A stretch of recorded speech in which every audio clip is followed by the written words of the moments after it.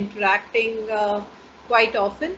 So Payal is from Calcutta who has joined in. She equally contributes for We Women as well as Karyashala Foundation. So she's going to share her thoughts with us as to what is her profile and what is her take with life and even her work profile as a volunteer. Okay, over to you, Payal. पायल के बाद में राहत जी बोलेंगे. So we'll hear राहत जी after Payal. Okay.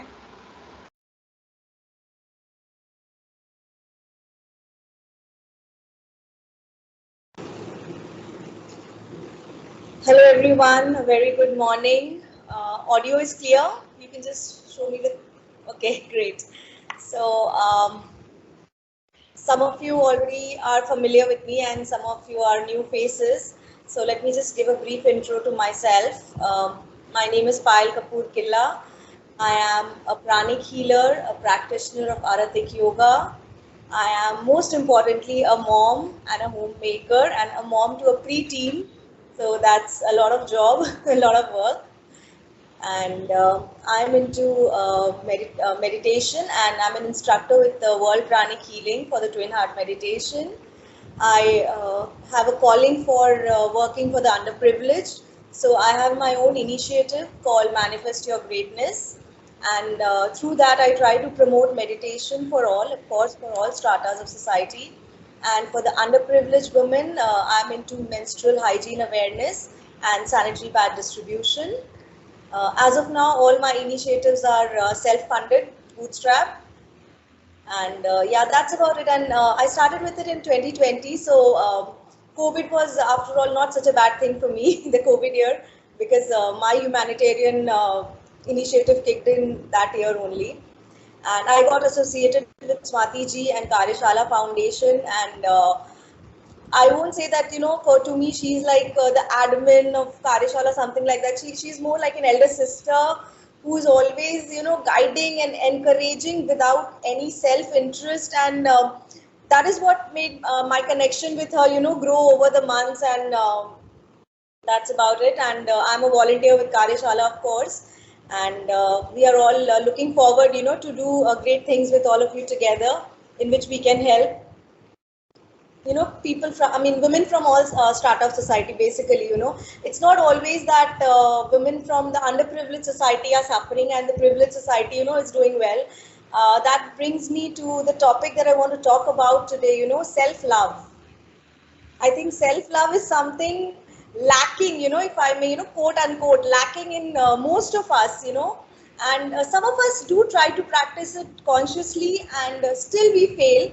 So first, let's try to understand what is self-love. Self-love kya hai?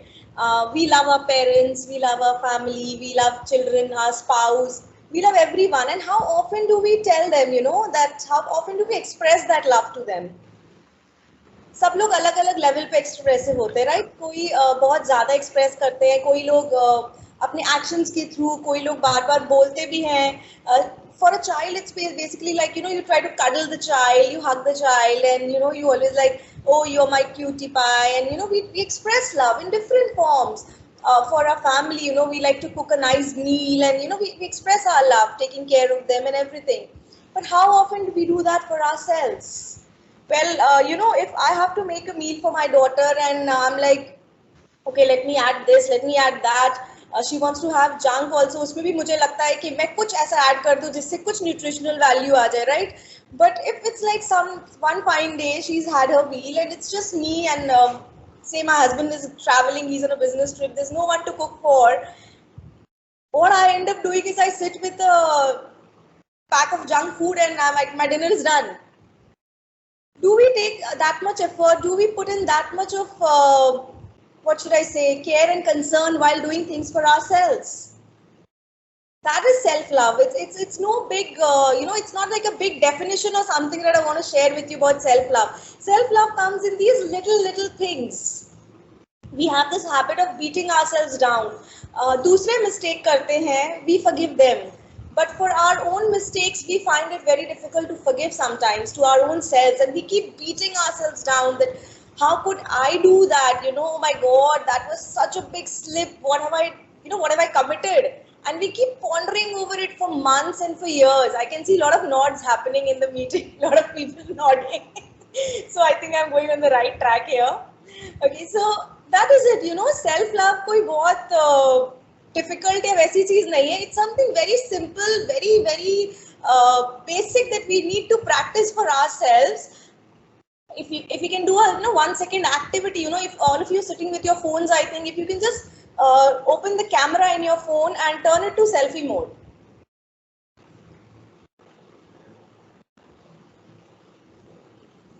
And how many of you are feeling super happy with what you're seeing in front of you? And how many of you are like, no, this double chin could go, maybe the nose could be like this, maybe I wish I had prettier eyes. Many of us do that. When we look into the mirror, we don't always approve of ourselves. This is another thing about self-love, approving of yourself. So the first was taking care of yourself. The second was letting go of things, forgiving your own self. And thirdly, approving of your own self. Trust me, you of all people in the world are the first person who deserves your love, your approval, and your forgiveness. And this is what makes self-love. It's not like कि कुछ बहुत ज़्यादा पहाड़ तोड़ने होंगे, खुद को love करने के लिए. These basic simple things. If we can just look into the mirror and say, oh wow, I love you. This is like a part of, I don't know if you've read that book, Louis Hay, there's a book called Mirror Work, which says this. And of course, along with these three comes taking care of your emotional and mental health. For that, we need to, do some physical exercise like yogasanas, or we have so many yoga instructors in the group. And you could do meditation.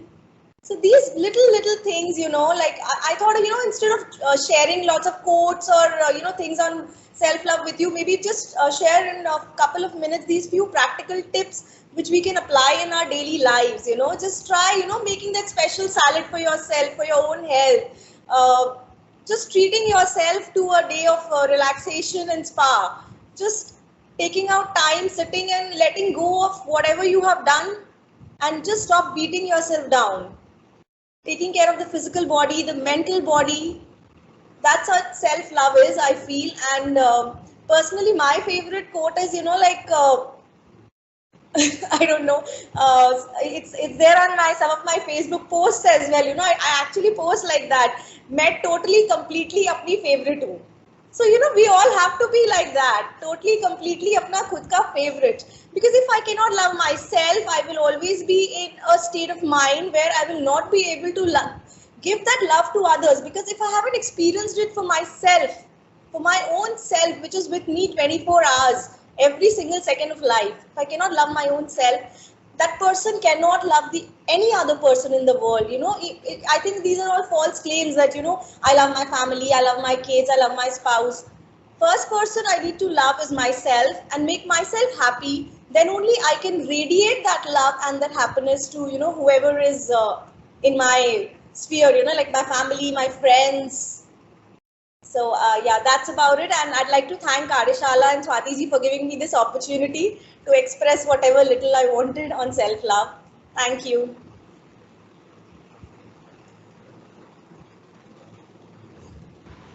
Well, indeed, a good talk and a good point for a good takeaway for all of us from here. Uh, Really commendable. Really commendable. Thank you.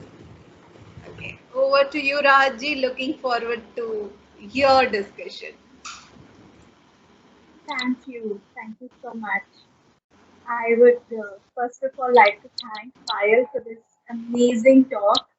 And I usually also say this to people that the best relationship and the most important relationship in our life is the one that we have with ourselves. So everything that she has said just reinstates all of that. And the iconic dialogue, मैं अपनी favorite हूँ, is so important for all of us to live by. So a little bit about me.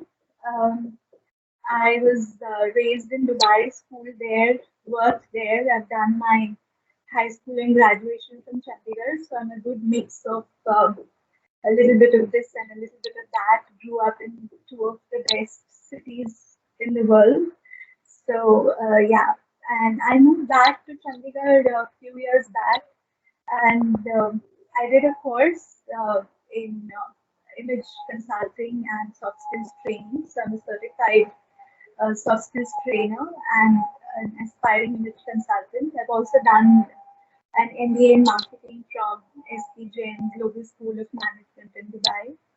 I've had a 12 plus years of corporate experience there. And yes, so I'm here at the outset of my second career as a soft skills trainer.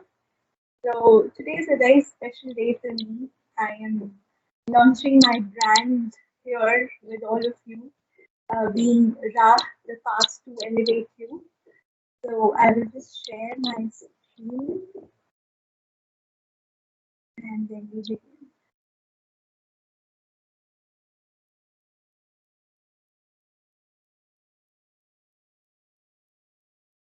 Yeah, is the screen visible? Yeah, we can see. You can see. Rahat, can you let louder? Do you want me to be louder? Yeah.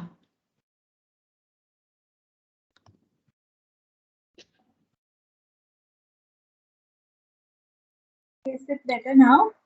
Yeah, much better. Better? All right. Great. Thank you for letting me know, Swati. Okay. So,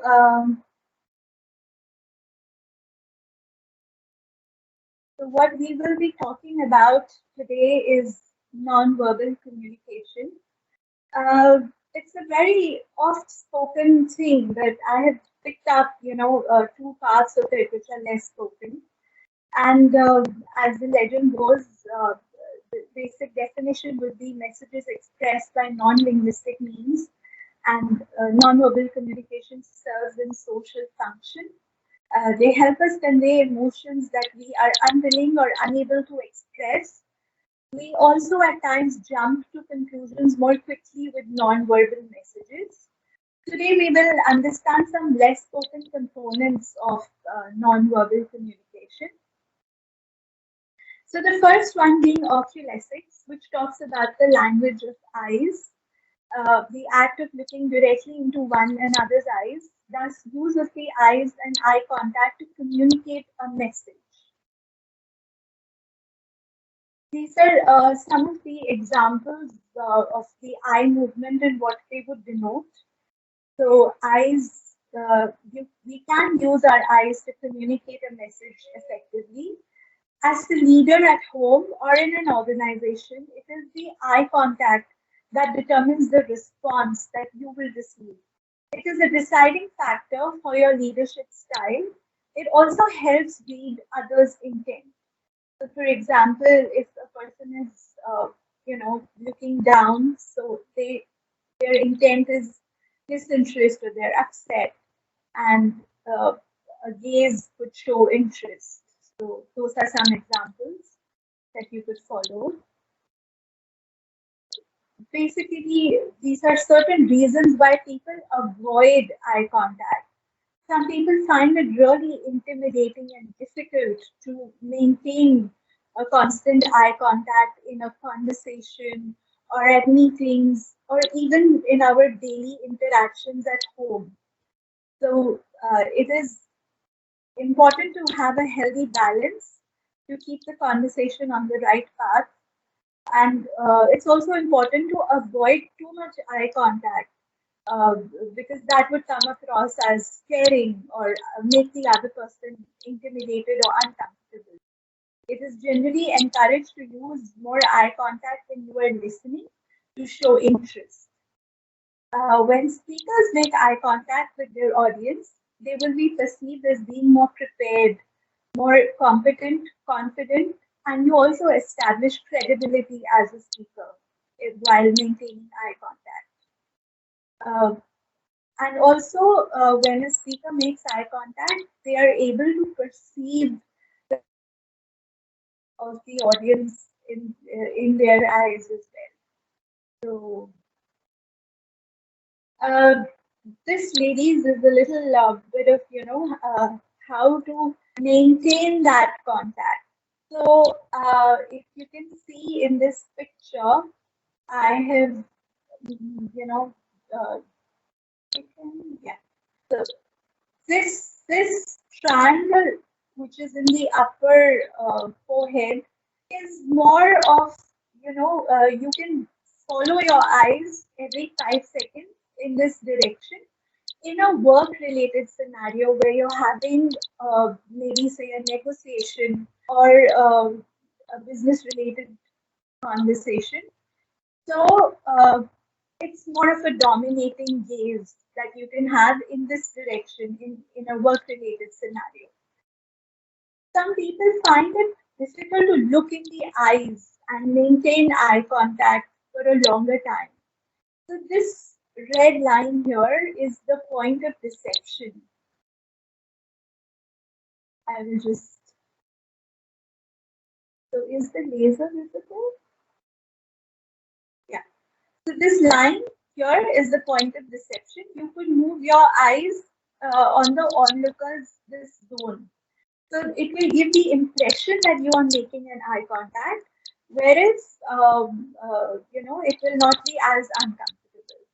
In social situations, you could move your eyes in this lower triangle gaze. So this would help make a very easy interaction. Yeah, so that's the purpose of explaining this. So because so I will also share some tips on how to improve your eye contact. So the first step is to relax into the moment by smiling. So while you're making this eye contact and moving your gaze in the upper or the lower triangle, depending on the situation, it's also important to have a healthy, nice smile on your face. Practice making eye contact with people you trust so that when you are with strangers, it is easier to form a connection. When you feel uncomfortable, begin by looking at their mouth or forehead. So again, this is where the point of deception is. And also it's very important when you're listening and maintaining eye contact to lean a little forward to show interest and that you are attentive. And also it's important to have a healthy space between you and your listener or speaker, whoever is there. And it's also important to not give a blank stare throughout the conversation. So it's important to practice gazing down to the side every few moments. And good eye contact, as is stated, is equated to honesty and confidence. The second less spoken component of non-verbal communication is olfactics, which is the study of sense of smell. So, the smell is rarely given its due importance. And just a few pointers here. Don't spray perfume all over your clothes. You may end up with patches over them. And the smell can have a positive or negative effect on the oral message that you would want to communicate. It's also important to understand weather and cultures by using fragrance and smells in our non-verbal communication. Also, closer the people stand, more relevant becomes the smell. And we tend to react to people based on their smell, their odor. And also, in some cultures, there is very close proximity. Like, for example, the Middle Eastern cultures. And smell is also given a lot of importance in Japanese culture. We as Indians, we need to develop more sensitivity towards this. Some people really, they just overload themselves with fragrance, and this could be, send a opposite message that you intend otherwise. So that's a little about us, and these are just the little services that I would offer otherwise as a trainer and image consultant. My contact details.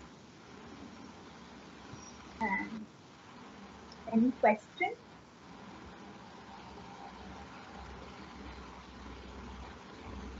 Rahat ji, why don't you share the first two slides with me if you don't mind? They are such an important and relevant for all the young generation to know. You should put it on a Karyashala webpage because that is what everybody should know how the eye contact matters. Absolutely. And I just picked up the two, relevant ones which are less spoken about, although non-verbal communication includes a Yeah, lot of other things as well. So exactly. I was told to make it short and crisp. So that's the best I could do. No, no, such an important point. So, Swati, I guess some mothers, I mean, all mothers should know when they have their teens around. The teens needs to know because every time you see them is just fidgeting with their Yes. phone and no It's eye contact, even absolutely, if they're talking to their mother. it's absolutely relevant for everyone, and it's so less spoken about in our grooming sessions, in a lot of things. So, and it's a very cultural thing if you see, because when I was a child, I remember my grandfather. He was angry at my parents, and he said, "Aankhein niche, gardan niche." So we don't make eye contact with our elders as culture. And with in relevance to today's times, like you mentioned, the mobile phone has become the problem and a challenge to get eye contact. So I think it's relevant both ways. But Rahat, I guess now the thing is that I teach totally different. I always tell them chin parallel to the floor below. So the moment you are parallel to the floor below, you have always the eye contact with the opposite person. Because if you don't have, there is no connection. You are actually, if I don't look at you right now through my camera, I mean, you will think, where am I looking? And if there is no eye contact, you are nowhere. You are not seen at all. Absolutely disconnected, yes. And this is another point that in online communication, it's very important to look at the camera once in a while just to build a connect.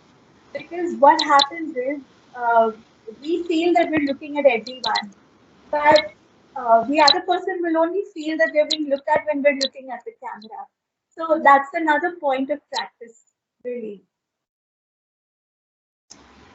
Thank you so much for such a lovely point to note and give. I mean, it's a gifted takeaway for today's meet.